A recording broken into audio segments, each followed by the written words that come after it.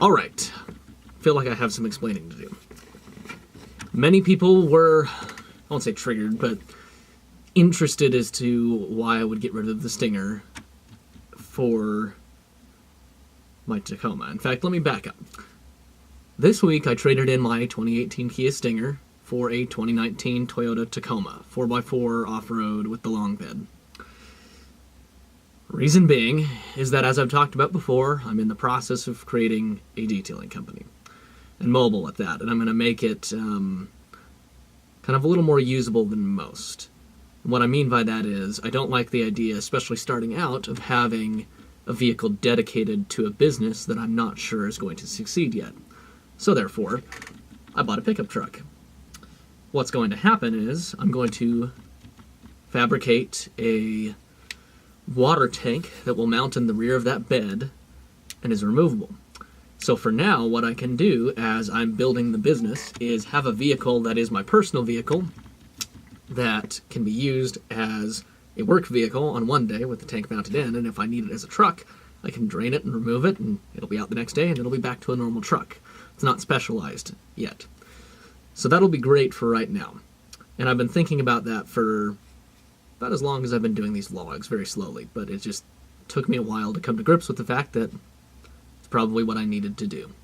Because as it sits, although the Kia Stinger's great, it can't fit a pressure washer, it can't fit any sort of onboard water system, it can only fit basically the needs of my buckets, towels, and chemicals.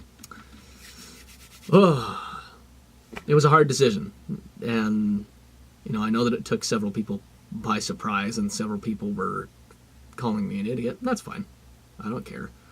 I don't necessarily have to be letting everybody know the exact things, but, the reasons are very sound. I can find many, many uses for a truck if I absolutely had to make money if this business didn't succeed. Finding use for a 365 horsepower sports sedan, not too much. Uber was really the only thing I could use for it, and it was very expensive to use for Uber. Not for gas mileage, because the Tacoma definitely gets less, but primarily for any other maintenance-related item, primarily tires. So, what I did is, obviously since my car was only a year old, there was some negative equity there. Not a ton, though, because I got a decent deal on it. So I went in and I took that car, and with the little bit of negative that I had, rolled it over into the new Tacoma. My payment is a little higher because of that, but I'll give you an idea of where it saves me. So number one is in fuel. Now the Tacoma gets at maximum about 21 miles per gallon on the freeway if you're being super careful. Average I've done is around 18, 19. Not bad for a truck, but still less than the Stinger. Stinger's average was around 22. Now the biggest difference is that the Tacoma will take any type of unleaded fuel, 85, 87, 89, 91, etc. The Stinger, although it said it would take 89, it's a turbocharged engine, and it's just a good rule of thumb. If you're running turbocharged, run 91 or higher. So, being the 2 to 3 miles per gallon gas difference, it becomes roughly a wash when you account for the difference in fuel prices, because right now, 85 unleaded is $3.15, and 91 is anywhere from $3.40 to $3.47. So I save about 30 cents on the gallon. So sometimes I actually profit a little bit from that savings. The main savings is in the maintenance. The biggest problem I had with the Stinger as far as a maintenance perspective is concerned is the tires. They're staggered front to rear, so the fronts are narrower than the rears, so they can't be rotated. It is all-wheel drive. So if you pop a tire, you have to replace them all to keep all the sets at about the same tread length and tread depth. Third thing is, even though it's all-wheel drive, it's still mostly rear-wheel drive, so the rear end burns the tires faster. And so, fourth, you can't rotate them. Like I said in the very beginning, so you go left to right, but that only does so much. And the tires, fifth, cost about twice as much and last half as long. Now, the set of Goodyear Wranglers that came on my Tacoma are a decent all-around tire. They're not great at off-road, they're not great at on-road, but they're just okay at everything. and they're not too expensive. Getting a full set of those would be around $800-ish installed. I could probably find them for a little cheaper. Now, if I was paying full retail price for the tires on my Stinger, I'd be paying, especially for the ones that came on it, which were Michelin Pilot Sport 2s, I would be paying around $1,300 for a set. The Goodyears on the Tacoma are rated at 60,000 miles, and I anticipate probably getting about 45,000 miles out of a set. The Michelins, on the other hand, that came stock on that car, they were gone in 12,000 miles. Now, granted, the first 12,000 miles I drove that car was the hardest by far, because I was really getting a feel for it and putting it through its paces. However, I then switched to tire set number 2 on the Stinger, which was Continentals. Those Continentals lasted 20,000 miles. They cost about $200 less than the Michelins. I was on set number 3 by the time I traded it in, which were Falcons that I paid about $900 for the set, but I anticipated to also last only about 20,000 miles. So that's where the main savings comes in, on top of the fact that the Toyota is maintenance taken care of for first 25,000 miles. And even after that, its intervals are far longer than the Stingers, which were every 6,000, being a turbocharged, moderately high horsepower, smaller engine. So that's that. Just know that I'm not sad by this at all. I'm actually quite happy, and I've already taken the truck down to an undisclosed location in Mexico and had a great time doing truck things and off-roading.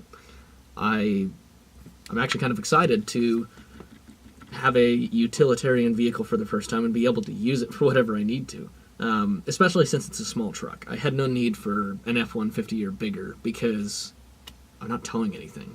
It's mostly just going to be in-bed stuff. So that still makes it more daily usable than most trucks and a little bit less cumbersome. But, I'm going to really miss the Stinger, and I know that a lot of people have heard me talk time and time again about wanting to get to 250,000 miles in 5 years. That was still a goal even at the end, but it's kind of a situation where you have to be in touch with reality. And sacrifices have to be made when you're trying to get something going. It's just the way it is. I wish there was a way to be get the best of all worlds and not have to make sacrifices and whatnot, but that is what it is. The second sacrifice that I haven't mentioned yet was I also traded in my Mazda 929 on that car. And that Mazda was effectively my down payment for the Tacoma. That was a sad one, but they gave me an extremely good value for that car. And I hope it doesn't go to the crusher, but you never know what happens with those cars. They end up sometimes at auction, sometimes they end up in the back lot. There's so many different ways and places that they could end up that, I try not to think about it too much because that car was so clean that I would hope it wouldn't. But I just didn't have time for it. Couldn't find anybody to purchase it. And on top of that, it just needed more than I was able to provide at the moment. And it gave me, getting rid of it gave me another spot to park another car, so that I can get my Saab out of the weather. But, yeah. So anyways, the plan is roughly to I'm going to try to get logos done this week, get business cards done, and I'm going to start using my Uber as advertising for the business. Everybody that I've talked to as I've driven them around in Uber, as I've needed to, has been super interested. So by that method, I need to order several hundred business cards and keep them in the Tacoma so that I can actually take advantage of that opportunity. It's effectively free advertising that not just free, but advertising that I get paid to do. And so, if I'm going to be putting the miles on the brand new vehicle that I do with Uber, might as well get some more use out of it. And then I'll kind of keep the process going and let you guys know when I'm getting close to filling out papers to incorporate it, because I kind of want to do a step-by-step and show what the process is of starting up a basic business and kind of keep you guys in the loop. So anyways, that's about it for today. I just wanted to film this and kind of get some questions out of the way and things like that, because I know I kind of shocked the world with that decision, and even shocked myself to a degree in making it, even though I'd been thinking about it for a month. So anyways, tune in later.